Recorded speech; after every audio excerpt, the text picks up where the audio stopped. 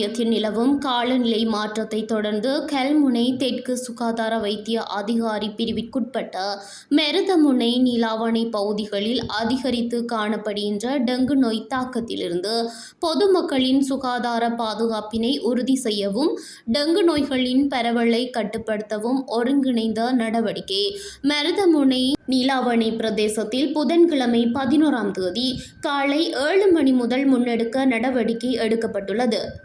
கல்முனை பிராந்திய சுகாதார சேவைகள் பணிப்பாளர் வைத்திய கலாநிதி திருமதி ஷக்கீலா இசட்டின் விசேட அறிவுறுத்தலின் பேரில் பிராந்திய தொற்றுநோய் தடுப்பு பிரிவின் பொறுப்பு வைத்தியர் MI ரிஸ்னின் வழிகாட்டலின் கீழ் இந்த நடவடிக்கை மேற்கொள்ளப்படவுள்ளமை குறிப்பிடத்தக்கது.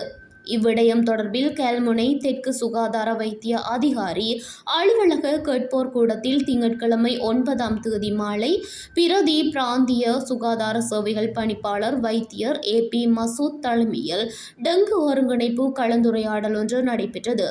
இதன்போது பல துறைசார் உத்தியோகத்தர்களதும் பங்கேற்றலுடன் கருத்து பரிமாறல்கள், ஆளணி பங்களிப்பு, டெங்கு நோய் கட்டுப்பாடு தொடர்பில் இங்கு ஆராயப்பட்டன.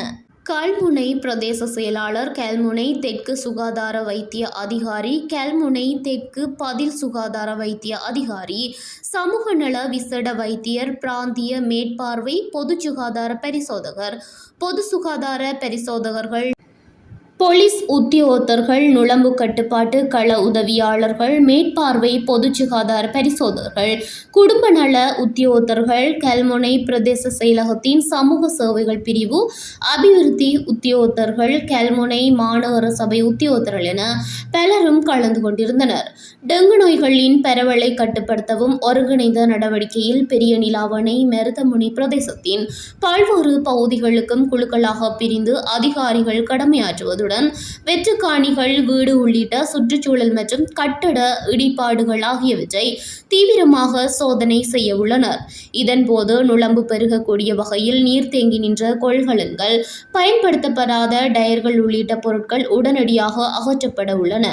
சுற்றுச்சூழலை மிகவும் அசுத்தமாகவும் டெங்கு நுளம்புகள் பெருகும் வகையில் சூழலை வைத்திருப்பவர்களுக்கு சிவப்பு எச்சரிக்கை வழங்கப்பட உள்ளதுடன் சட்ட நடவடிக்கையும் மேற்கொள்ளப்பட உள்ளமை குறிப்பிடத்தக்கது. மேலும் டெங்கு நோயின் ஆபத்துக்கள், அதன் அறிகுறிகள் மற்றும்